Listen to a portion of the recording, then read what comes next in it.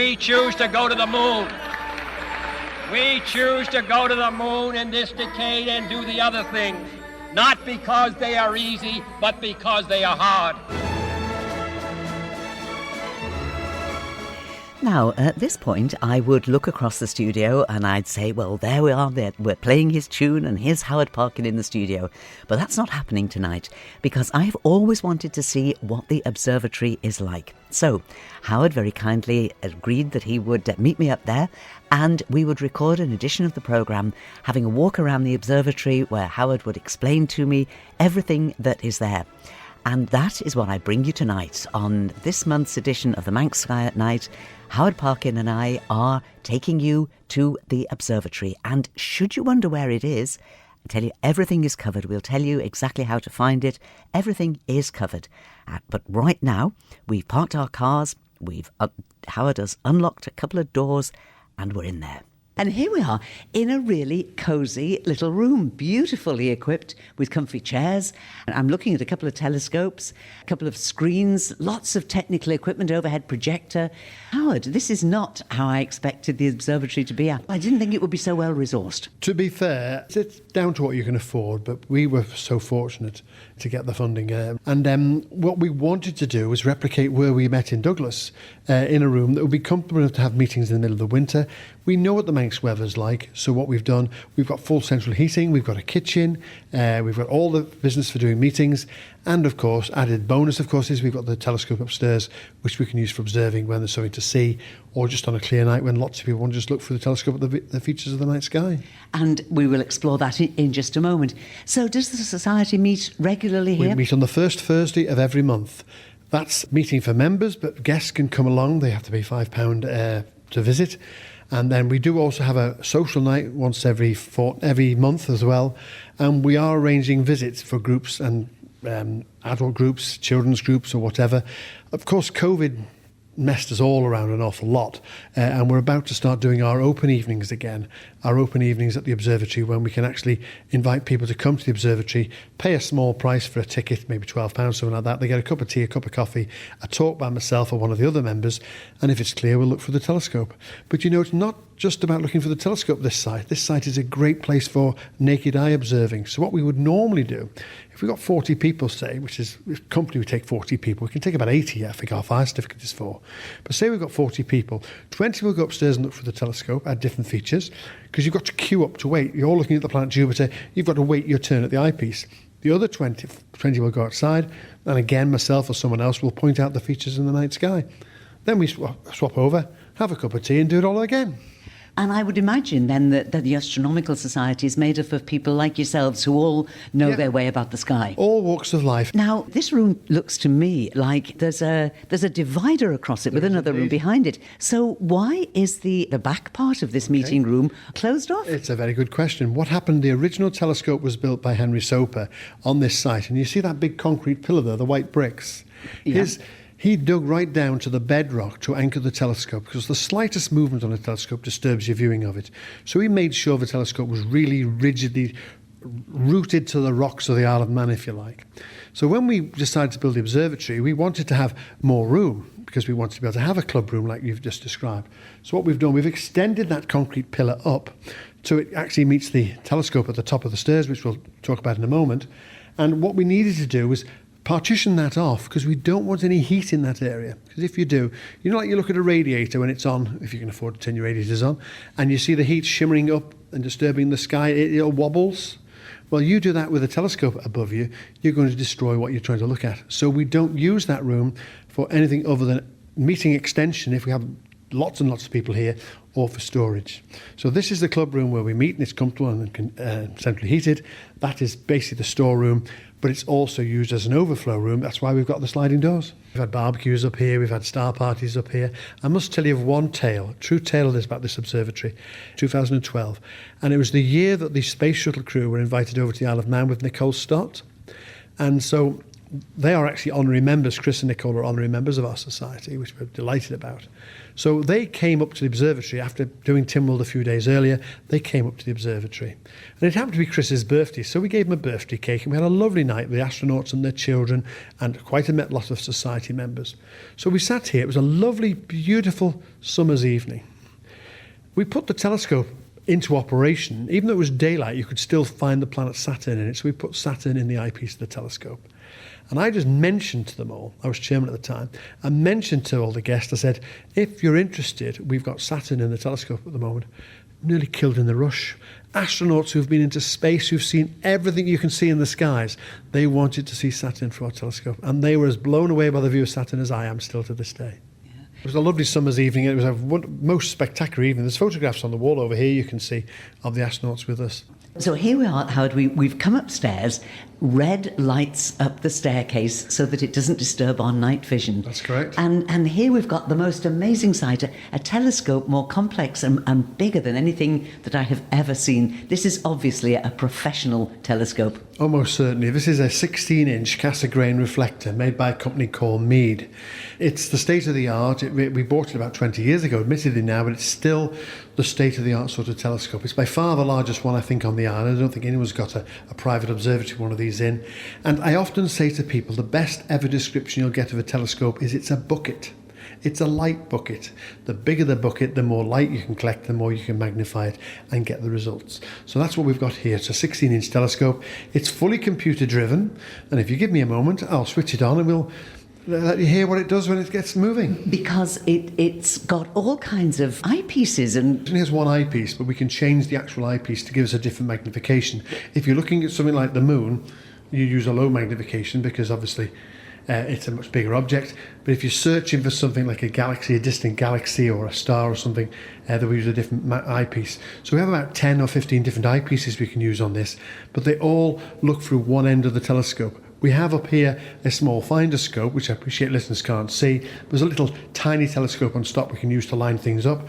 And then the main eyepiece at the bottom of the telescope is where the light comes in from one end of the telescope, goes to the bottom of the bucket, back up to the middle to another mirror, and then back down again to the middle of the mirror where there's a hole, and that's where the eyepiece is located. Now, I'm noticing you've got in your hand a very sophisticated remote control that controls the telescope, but around this circular building, this circular room that we're in, are very conventional written signs that says east 90 degrees, and you've got, southwest 225 degrees. So whilst you've got sophisticated technology, you're using ordinary handwritten readings to orientate yourself. Yes, so instead of switching the telescope on, say tonight we wanted to look at the planet Jupiter. We know exactly where Jupiter is. It's very bright, very easy to spot. Wouldn't need to switch the computer on. We could just literally look at the southern horizon and find where Jupiter is. And that's how we would do it. But the computer, well, the beauty of the computer, if you imagine a telescope, this is a bit technical, but excuse me for doing this, but if you imagine when we look at the sky, you see the moon and the stars slowly turn as the Earth spins on its axis. You're looking through a telescope. That speed is dramatically magnified because, of course, you're looking at a much smaller field of view. So what would happen if you've got the object in the lens of the telescope and you're looking at it, it will very quickly go from one side of the eyepiece to the other. So you've got to do something to track with it. So what the telescope does, it's linked to the Earth's rotation by a timer, by computers and everything else, and it will move at the same speed that the Earth is rotating. So you keep the object in the viewpiece, the eyepiece, for as long as you want. And that's what the main purpose of this control is. The other thing, of course, is you can use it. It's a very imaginatively called go-to facility. And that means you can ask the telescope to go to Jupiter or Saturn or Sirius or Aldebaran or whichever star or object you want to look at. And that's how it works. When you explain it, Howard, it's all so completely obvious because, of course, if you just focused on something, it would be gone. You wouldn't have any opportunity to look at it, to study it, to see it. Of course. Yeah, indeed, or to see how it compares with something else in the sky. So, of course, you'd have to... So, go on then, power it up for us. What we'll do now, we'll just press the button and we'll ask it to go to... And we'll ask it to go to... Let's ask it to go to... We'll stay the star Sirius. So it's searching at the moment. There we go. And it's off, searching for the star Sirius.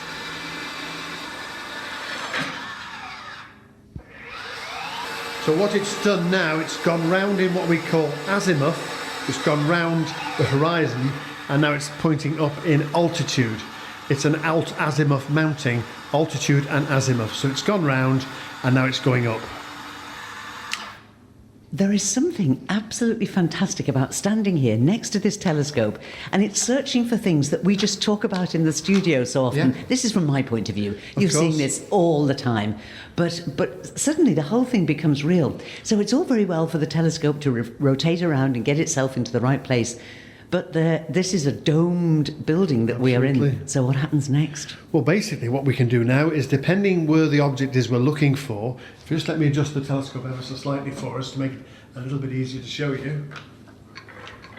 And what we do, Judith, is this is the eyepiece of the telescope. So if it was pitch black at night now, I would put the eyepiece in here. I'm just unscrewing the lens cap, because of course you have lens caps to protect your optics.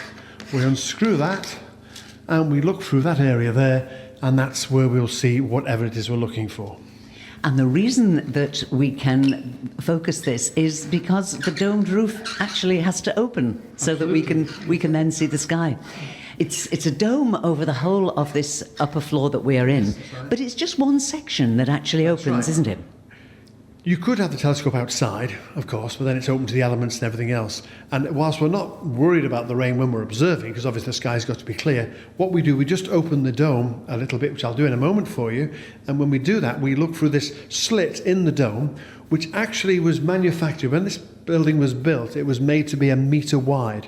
So we've got an 18-inch telescope. We could put a metre diameter mirror in this observatory, and that's what the slit in the dome is made for. But what we've got to do is, you're quite right, we've got to now open the slit of the dome and open the, so we can now look at the telescope and look at whatever object we want to look at, which in this case is Sirius, which is low on the southeastern horizon. And if I look around the room, I can see that just behind where you're standing is the southeastern That's where the telescope horizon. So all this sophisticated technology, plus the signs on the wall. Absolutely. So what we need to do now is, there's two things we need to do. We need to move the dome round to so the slit is open for us.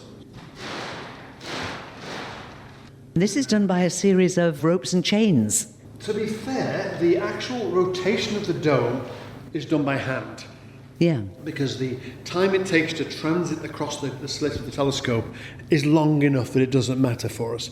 But to actually mechanise this, to make it electronic, which you can do, you imagine you've got a dome going round and round and round, eventually it's going to stop going round and have to go round the other way. So we've just made it very manual, and all you've got to do is push.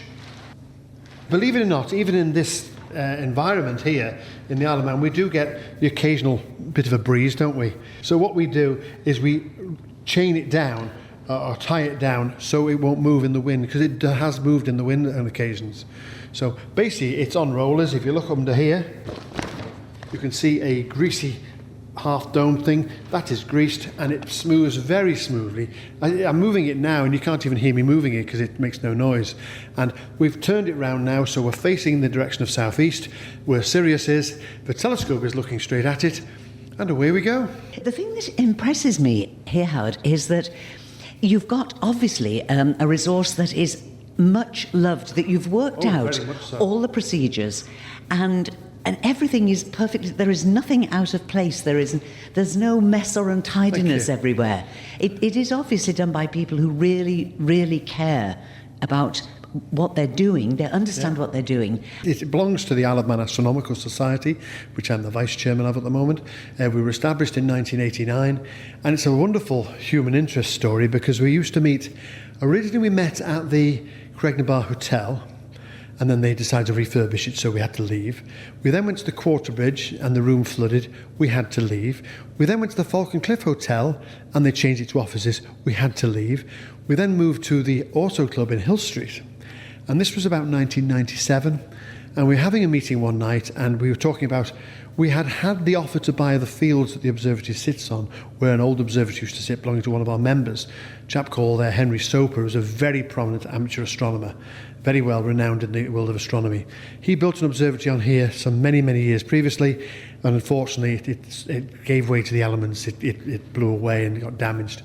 So he sold us the fields at a very reasonable price, and we had the fields, nothing else.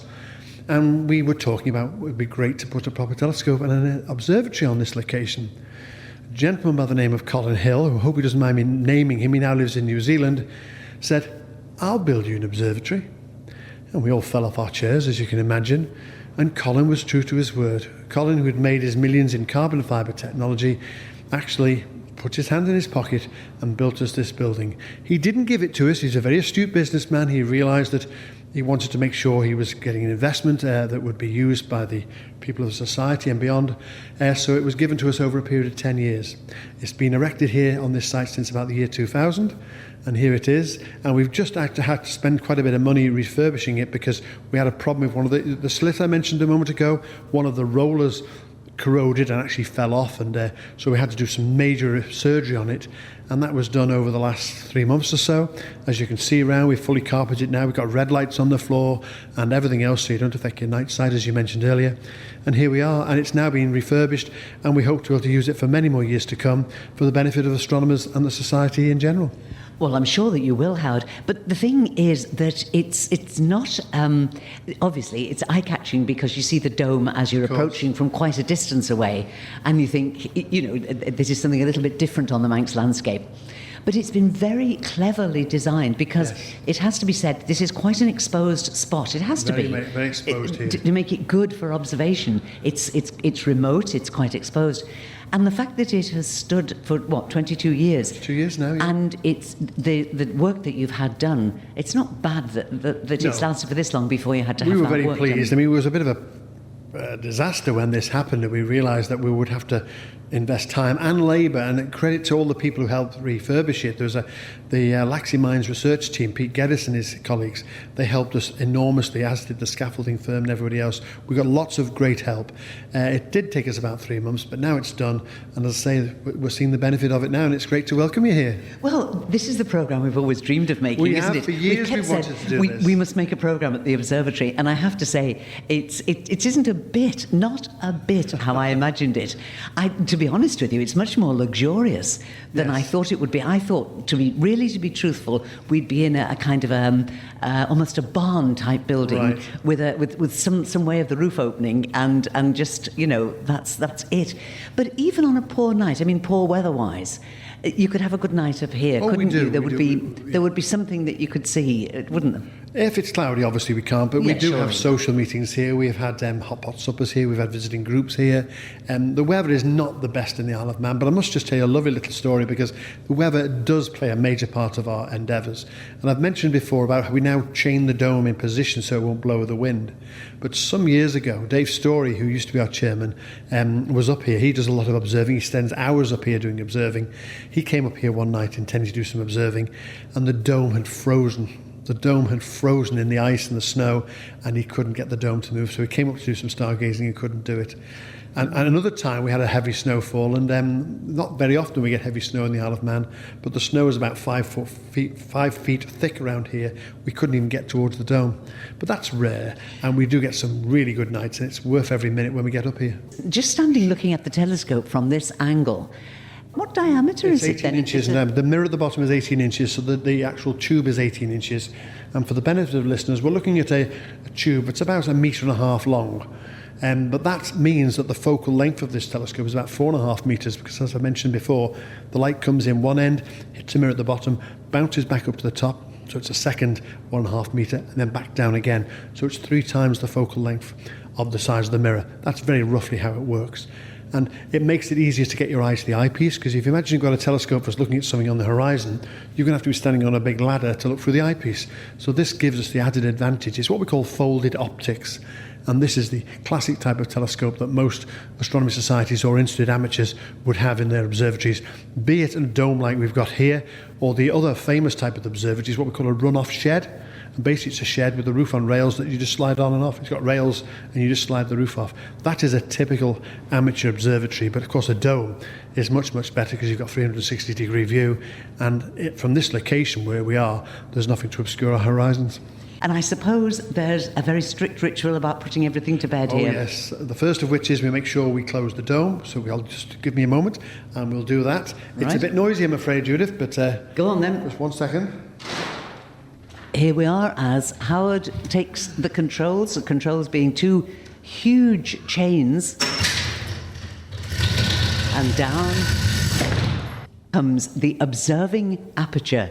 In other words, the gap in the dome that enables us to see the heavens. This observatory here, Judith, was actually described as one of the best observatories in the British Isles for amateurs. Because what happened in 2003, the British Astronomical Association, they held their out of London meeting here. We invited them to come over. We'd opened the observatory in 2000. We put the telescope in 2001. And it was decided we would invite them to come to the Isle of Man, and they did. They came, about 60 or 70 of them came over. We had lectures at the Manx Museum, we had a moon rock display at the House of Manannan through Manx National Heritage, and they all came up here, and they absolutely fell in love with the place. They said how impressive it was as a comfortable observatory, a sizable building on a very good location, and the actual definition was one of the best amateur observatories in the British Isles. This is great, and thanks to, let's be honest, thanks to our benefactor who helped build it for us, but also to Henry Soper, who built an observatory here all those years ago. And, you know, just to finish that little bit off, Henry Soper was a very prominent amateur astronomer with the British Astronomical Association. And he came to our very first meeting in 1989. And he obviously didn't know what we were like. He thought, I tell you, he didn't come to the first meeting, he came to the second meeting. He'd heard how we'd set this society up at the Craignabar, and he came along to see what it was like. And he became a member because he was so impressed with us. He died sadly some years ago now, but a wonderful bloke. And thanks to him, we're here today and can share the beauty of astronomy with the people of the Isle of Man. When you get to the start of the unmarked lane that leads to the observatory, it says quite clearly, observatory. But how would you describe it if somebody wanted to know how to get there? What's the easiest way? I mean, I would say it's off the Foxdale Road. Yeah. But is that, you can be a bit more specific? Coming from Douglas, the best way to get here is to come along towards the Erie Dam. And when you get to the Erie Dam, there's a hairpin, you go around it, it says, beware of the ducks. Don't go down the hairpin, go straight on. It's called the Lubes Road. And you come along the Lubes Road for about 3/4 of a mile, and the observatory is on a turn-off on your right. Or coming the other way, you come up from the Hope at St John's, but then don't head along towards Archalligan. Actually, there's a right-hand turn for Foxdale, which you've got to take, and then the observatory lane is on the left. We've talked about absolutely everything except how to get in touch with you if you want to arrange to come and see it. How's that best done? Well, the best way to do that is to get in touch with the Isle of Man Astronomical Society. It's on the web pages. isleofmanastronomy.org is our website. Have a look on there. It gives you all the details about arranging visits. We will, and we are prepared to have visits up here. It does take a while to get through the list because so many people want to come up here, which is why we're doing these open nights. And as I say, there will be a couple of them in the early part of 2023. But in the meantime, if you have a group of people, there is a fee involved because obviously we have to run this, the fuel to run the lights and everything else. There is a small fee, but we can take up to about 30 to 40 people at any one time. And we'd love to hear from you and hope we can share our interest in astronomy with you as well. And of course, the other option is to come along to one of our monthly meetings on the first Thursday of every month.